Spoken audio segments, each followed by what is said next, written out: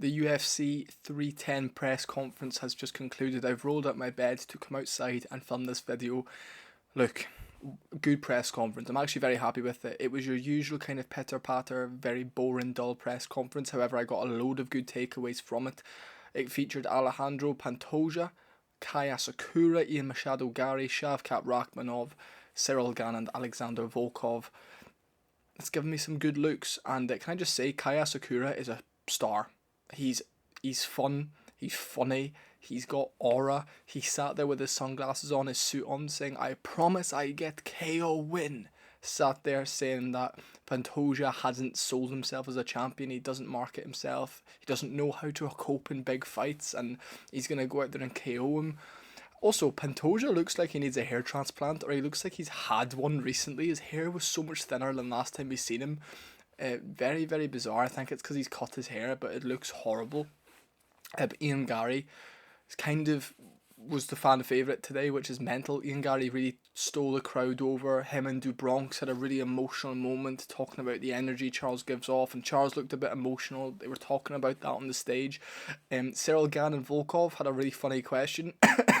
Someone in the crowd asked Cyril Gane and Volkov what each other's punching power is like, because they fought before.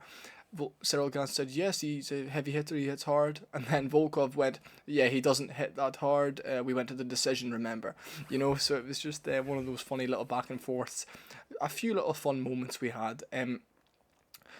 Starting off, Ian Garry and Shavkat.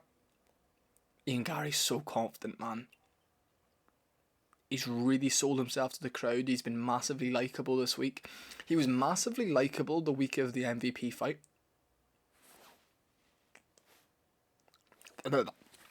Got something in my teeth. He was massively likeable the week of the MVP fight, but his performance on that night really made people think, oh, never mind, we hate him again. So if he goes out here after having a great week, fan favourite this week, has Diego Lima and Charles Oliveira in the corner, taking Charles's energy, just going to go in there. If he steamrolls Shavkat, he said all the right things. He said ideally he goes in there unscathed against Shavkat. Then he said he's going to march over to Florida and demands to fight Colby Covington because he's running.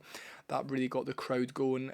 Really good on the mic. He's got the gift of the gab. He really has the gift of the gab. One thing I do worry about though is you need to follow that up with a good performance, and I don't mind if he loses this weekend as long as he does a good showing for himself. I think there was no boos for Ian Garry this time round, and that's because people are realising he's annoying, but he's being himself. And it's a bit like Alexander Volkanovski. When Alexander Volkanovski first became champion, no one really liked him. And then you start learning about his personality. You realise, oh, he's a nice guy, he's a funny guy, and he's a great champion. Then you start to like them, because he's brash, he talks, and now he's taking on 3 weeks' notice the most difficult fight probably in the UFC to take right now against one of the most difficult opponents. People are saying, you know what, stylistically this is good for him. He actually might get this one done. And the whole Charles Oliveira energy conversation, someone essentially asked him a question about shoot to box and what it meant for him to be training alongside Diego Lima and having Charles Oliveira in his corner this weekend. And he looked at the guy, he said, would you like it in English or Portuguese? Then he gave it to us in Portuguese, and then he gave it to us in English, truly embracing it, saying that Charles's energy is unmatched.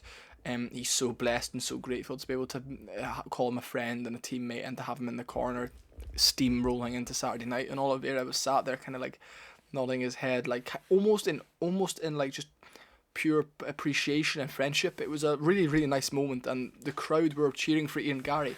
Not that they weren't cheering for Shavkat, I just think they were like, you know what, I think they're starting to realise Ian Garry is not that bad, and I think finally my message is conveying. He's living the dream. He's a passionate young man, and he's annoying, he's a weirdo, but he's brilliant. He's a phenomenal showman, and I hope he goes out there and gets it done on Saturday. Kai Asakura is brilliant as well. He's got aura for days. He's got aura, and I was watching it. I think a knee up the middle's coming from Asakura the same way he got. I was watching the fight earlier, the one the UFC posted. Watch one out Archuleta. Asakura's slick, man. He's fast, he's slick. His ground game's a bit questionable. He gets taken down, but he's got good anti-jiu-jitsu. fast, sharp calf kicks are going to be key against Pantoja. Nice, big, solid teeps, heavy jabs. I would love to see Kai get it done. I think he's such a breath of fresh air. And he said, I will make flyweight division great again. And he was a bantamweight. I can see him defending the belt once, then going up and giving... If it's O'Malley as champ again, or Peter Yan, Kai Asakura versus Peter Yan is a fucking amazing fight. Kai Asakura is a character. He's funny. Even this week on all the interviews, it was like, how many squares of toilet roll do you use? And he was like, I shoot water up there. And he was like gesturing, like shooting water up his arse. Like, he's just a funny guy. He's a funny little character. And when it came to Cyril Gane and Volkov, the usual shit. I think Volkov might go out here and just grapple him and hold him against the cage and knee him and tire him out. It's only 3 rounds. I think it was a very, very close, good fight in the first 2 rounds of their first fight, and then Cyril Gane took over. He was less volume, more one shot at a time sort of fighting style, and I think Volkov gets it done, you know. And then I think Volkov realistically gets it done, then fights Curtis Blades. Volkov versus Curtis Blades, winner gets a title shot against Aspinall, because hopefully Jones will be out of the picture by then.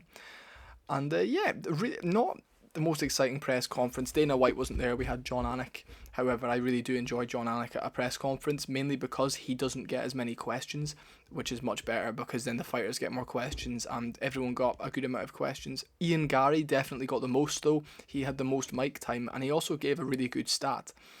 This is the highest amount of wins between undefeated fighters in UFC history competing. It's 33-0 combined, higher than Paulo Costa and Israel Adesanya, which was 28-0, I believe. I believe Israel was 18-0 and Paulo was 10-0 when they fought. That sounds about right to me.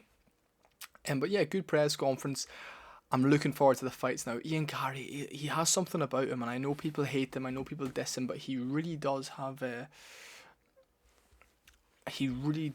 something going for him here. And one thing I will say is Shavkat's locked in. Shavkat said, me too.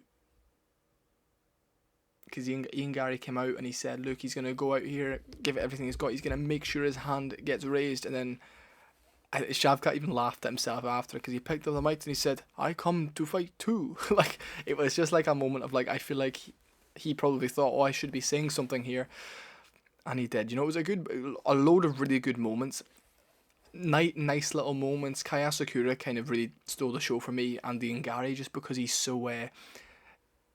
He's bigger than Pantoja. I think he'll be faster, maybe not stronger, but he'll be faster and sharper. And he seems like he's enjoying this moment. And I like how he said to Pantoja, you need to do more as a champion, promote yourself more, is kind of what he was trying to say. Then fun stat, Pantoja's 9-0 against people in the top 10. Obviously there's like two rematches in there, which is 4-0 already, but still, that's an incredible stat. And if Kai Asakura gets it done, him versus Brandon Moreno is an incredible fight. Him versus Brandon Royval is an incredible fight. Him versus Kai Kara-France is an incredible fight. So there's so many things that can come of this. Ian Garry versus Bilal Muhammad, then give Colby Covington a final title shot against Ian Garry if he wins both these fights. Ian Garry could be an absolute star. Like, I've heard him on a podcast saying he's going to retire before he's 30 as the GOAT. So he's got serious ambition. This is the 3rd time he's fought this year. He's been a lot more active than Shavkat. Shavkat's last fight will be 3 days after his fight. It would have been a year. So he's not fought. By the time he gets in the cage, it'll be 361 days, you know, since he last fought, which is a lot of time.